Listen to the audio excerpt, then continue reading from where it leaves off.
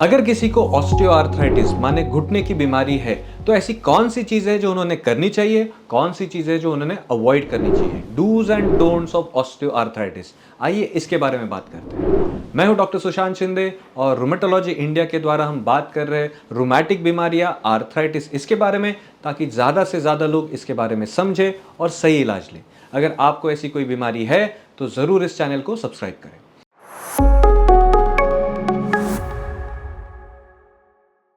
देखिए, ऑस्टियोआर्थराइटिस घुटने को अफेक्ट करती है, बट ये एक ऐसी बीमारी है जिसमें घुटना जो है वो घिस रहा है। घुटने के जो हड्डियां है वो एक दूसरे के ऊपर घिसने की वजह से, डीजनरेशन की वजह से पेशेंट को दर्द है। इसकी एक वजह तो उम्र है, पर देखिए हम उम्र को तो नहीं रोक सकते, उम्र जो है वो बढ़ेगी और उम्र को रिवर्स करने वाली आज तक तो दवाई नहीं बनी।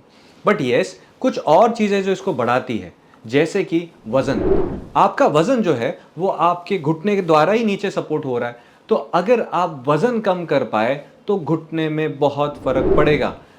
हम अप्रॉक्सीमेटली कह पाएंगे 1 किलो वजन कम करने से लगभग 10% आपको फर्क पड़ सकता है। ये सही कह रहा हूं मैं, अगर आप वजन कम करें आपको बिना दवाई से फर्क आ सकता है। अब बहुत लोग हमें ये कहते हैं, डॉक्टर साहब हमारे तो घुटने में दर्द है तो हम चलेंगे कैसे, और अगर चल नहीं पा रहे तो वजन कम कैसे होगा। Well, I agree with you but not completely. देखिए, वजन कम होने में एक्सरसाइज जरूरी है, बट ज्यादा जरूरी है डाइट। आप अगर अपने डाइट पे ध्यान दें और खाने में से इन चीज़ों को कम करें, कैलोरीज मतलब मीठी चीज़ें, तली हुई चीज़ें, घी वाली चीज़ें और वो सारी चीज़ें जो घर के बाहर से आ रही हो जिनमें मैदा या ऐसे प्रोडक्ट्स हैं, तो मैं कहूँगा घर के बाहर से आने वाली चीज़ें जैसे biscuits, cakes, may be noodles, ऐसी सारी चीज़ें अवॉइड करें। अपने रूटीन खाने में से कैलोरी इंटेक को रिस्ट्रिक्ट करें और बेस्ट तो यही रहेगा कि अपने नज़दीक के डाइटिशियन से मिलके एक अच्छा डाइट प्लान बना ले जिससे कि आप वेट रिडक्शन कर पाएँ। अगर आपका वेट आपके हाइट के हिसाब से सही है तो आपके घुटने के लिए बहुत फ़ायदेमंद चीज़ है। Weight reduction definitely goes a long way. साथ ही साथ ये भी ज़रूरी है कि आप एडिक्वेट सनलाइट एक्सपोजर लें। अगर आपके शरीर को सनलाइट मिलता है तो सनलाइट से हमें मिलता है विटामिन डी, हमारी शरीर खुद इसे बना लेती है। अब ये विटामिन डी जो है हड्डियों की ताकत बनाए रखने में मदद करता है, इससे हड्डियों का आकार नहीं बदलता। ऑस्टियोपोरोसिस मतलब हड्डियां कमजोर होने से हम रोक सकते हैं अगर आपको एडिक्वेट सनलाइट एक्सपोजर है तो। अब ये हो गई दो चीजें जो बहुत बहुत बहुत जरूरी है, बट साथ में कुछ ऐसी चीजें जो आपको अवॉइड भी करनी चाहिए।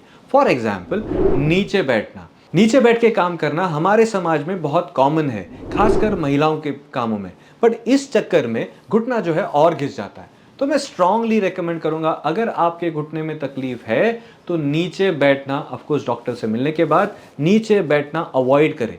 ये कोई टेस्ट नहीं है कि आप नीचे बैठ पाएंगे या नहीं। हम कह रहे हैं अगर आप बैठ पाए तो भी 50-55 की उम्र के बाद it's probably not a good idea कि आप नीचे बैठे। उसी तरह क्रॉस लेग बैठना, जो हम पैर क्रॉस करके बैठते हैं, वो भी इस बीमारी को बढ़ा सकता है। बड़ी सीढ़ियां चढ़ना और साथ साथ लंबे समय तक एक जगह खड़े रह के काम करना, ये चीजें भी घुटने पे बहुत ज्यादा प्रेशर डालती है।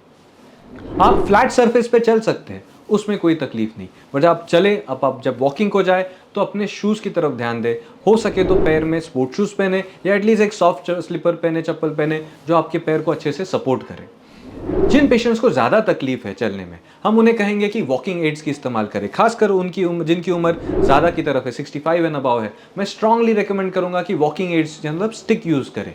इससे आप जो है अपने घुटने का जो भार है वो अपने हाथों से थोड़ा सपोर्ट कर पाओगे और भार कम होने से दर्द भी कम होगा, और आप एक घुटना अगर खराब है तो भार दूसरी तरफ ट्रांसफ़र करके उसे खराब करने से रोक दोगे।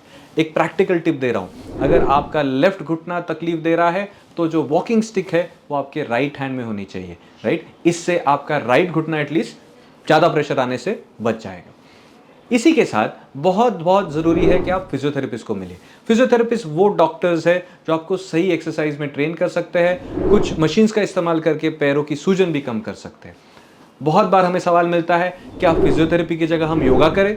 ना जी, योगा अपना रोल रखता है, बट योगा फिजियोथेरेपी नहीं है। फिजियोथेरेपी एक मेडिकली अप्रूव्ड ट्रीटमेंट है। योगा ये जनरल हेल्थ के लिए बहुत अच्छा, आप एक बीमारी की ट्रीटमेंट की बात कर रहे हो, योगा उसके लिए नहीं बनाया गया। योगा कीजिए बट घुटने के लिए फिजियोथेरेपी कीजिए, और अगर दोनों में से एक कोई चुनना है तो पहले फिजियोथेरेपी और उनके एडवाइस से योगा आप कौन सा कर सकते हो नहीं कर सकते हो वो डिस्कस करें और उतना ही योगा करें। राइट। आई होप ये सारी चीज़ें आपको हेल्प करें। इसके साथ सही दवाइयाँ और ऑफकोर्स कुछ लोगों को सर्जरी की ज़रूरत पड़ सकती है, इसके बारे में मैंने एक और वीडियो में बात कर रखी है, उसे ज़रूर देखें। एंड अगर आपको कोई डाउट हो, सबसे पहले अपने डॉक्टर से बात करें, और कोई डाउट्स हो तो हमें ज़रूर लिख के भेजिए, will try to answer it. I hope this helps. नमस्कार, जय हिंद।